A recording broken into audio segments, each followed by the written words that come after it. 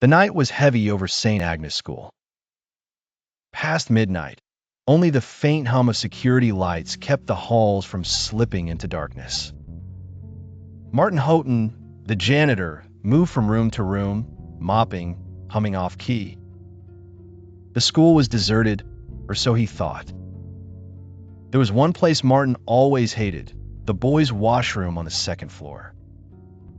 Students called it cursed, said a girl disappeared years ago. Her name was Lisa Chun. Her story was whispered.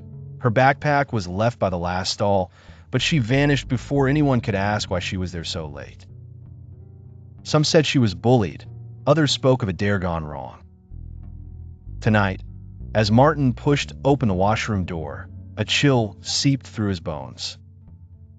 The fluorescent light flickered overhead. He sighed, reminded himself ghosts were for children, and got to work. At the sinks, Martin scrubbed at a stain that seemed almost like a child's handprint.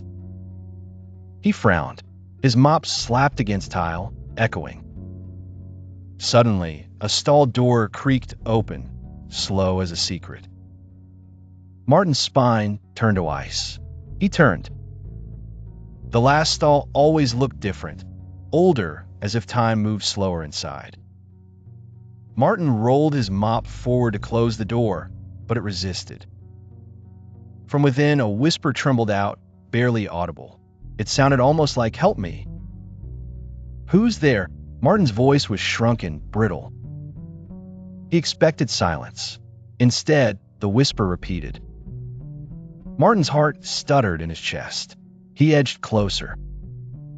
A trembling hand reached out, a small hand covered in black ink. Martin stumbled back as the hand vanished, leaving only streaks on the stall. A girl's sob floated out.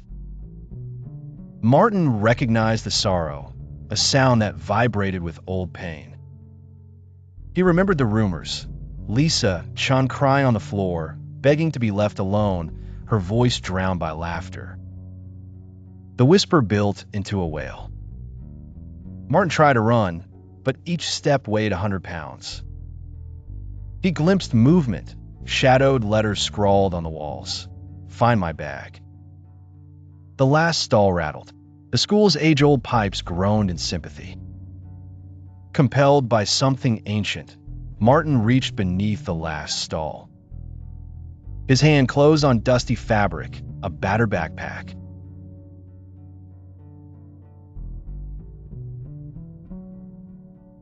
The rain lashed the windows of St. Augustine High just after the final bell, splattering the pale blue tiles of the nearly empty corridors. Alyssa, ever the last-minute sophomore, darted into the girls' washroom, her sneakers squeaking on the polished floor. Inside, fluorescent lights flickered, painting sickly shadows on the walls. Their 3 stalls, 2 closed, 1 open, stood like sentinels. The place had an odd chill, like a breath holding itself. Alyssa chose the open stall, phone clutched, thumb scrolling nervously through the news of yesterday's missing student, Lucy Tran. A girlish giggle echoed, bouncing off the mirrors. Alyssa froze. She counted 1, 2, 3 heartbeats. The giggle again, metallic in its sharpness from the far stall, the one with the door jammed since forever. No footsteps, just laughter, fading and returning like someone dangling in and out of reach. Her phone buzzed. A text. Unknown number. "Are you alone?" Panic shot through her veins. She glanced under the stalls. Black shoes, scuffed, school regulation, pointed out from under the jammed door. She could swear she saw them twitch. "Lucy!" Alyssa's whisper was nothing but a ghost in the echo chamber. The overhead lights flickered out, plunging the washroom into a gray twilight stuttered by the storm. The mirror caught her terrified reflection, and someone else, a pale, dark-haired figure behind her, eyes wide, mouth slack. A stall door creaked. The shoes disappeared. The giggle turned into a sob, a guttural, desperate leaking through the silence. The door banged open. Alyssa darted out and found the corridor empty. Only her wet footprints told the tale. She grabbed for the main exit, but the doors were chained shut with a rusty "No Entry" sign. Thunder rattled. Down the hall, the firelight in the washroom blinked an SOS pattern, then sputtered out. Alyssa's phone buzzed again. Another unknown text. "It's still here." She stumbled into the janitor's office, desperately seeking help. Inside, faded photos lined the walls. One was last year's basketball team. In the second row, Lucy, her smile wide, her shoes unmistakably scuffed. A sticky note below read, "Missing since March 14th." Alyssa heard a splash, water dripping in the washroom. Compelled, she returned. The far stall now hung wide open, the walls scratched with ragged graffiti, "Never alone." In the mirror, Alyssa's reflection was alone, but behind her, another set of dark, watchful eyes gleamed. Some say Alyssa made it out, never quite the same. Others whisper the washroom is haunted by giggles and sobs, and that after the last bell, you might receive a text from an unknown number, asking if you're alone. The night janitor, Leon, swore he knew every tile, every crack in Pendleton Middle School's washroom. The routine was muscle memory, mop, bucket, humming the old stones, never bothering with the fourth stall. They said the fourth stall was cursed. The story went, a student had disappeared from that very cubicle in the winter of '97. 1 minute, slamming the door in a tantrum after a failed math test. Next, vanished. The teachers called her a runaway. The cops filed a report.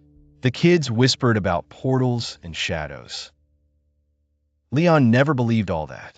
Kids make things up, he thought, until the night the power died during his shift, plunging the corridors into a syrupy, impenetrable darkness. His flashlight beam jittered as he trudged down the echoing hall, keys jangling like nervous teeth. When he pushed open the washroom door, the stale air hit him, too cold, too heavy. 3 stalls, doors open, all empty. The fourth, as always, locked from the inside, a dark slice of rumor at the end of the row. A chill ran along Leon's arm. Was it colder here, somehow? He rapped on the door, just routine. The silence after swallowed his heartbeat. Then, impossibly, a slow scraping sound echoed from within, like someone dragging fingers along cracked porcelain. Leon's mind tumbled. Faulty lock, a prankster, maybe a raccoon? The lights flickered. Once, twice, his shadow splitting on the tile. He knelt, peered through the half-moon gap beneath the door. He couldn't see shoes, not even dust. Only a swirling, ink-black nothingness spilling outward, writhing slightly, as if breathing. Suddenly, a small, pale hand pressed against the doors inside, fingertips damp and trembling. A single blue eye appeared under the crack, wild and pleading. Leon scrambled back, pulse like drum fire. He heard, barely, a girl's voice, thin as mist, "Help me. Please. Let me out. The dark is..." The light snapped back on. The hand was gone. The gap showed only the stained tiles. The stall door now hung ajar, empty. The rest of the stalls rattled in a sudden draft, as if exhaling relief. Leon stumbled out, leaving mop and bucket. He never entered that washroom again, never spoke of it. But sometimes when late-night laughter skittered down the halls, or doors slammed with no cause, a custodian or a student would swear they saw a blue eye peeking from the fourth stall. Never blinking, always watching, always waiting.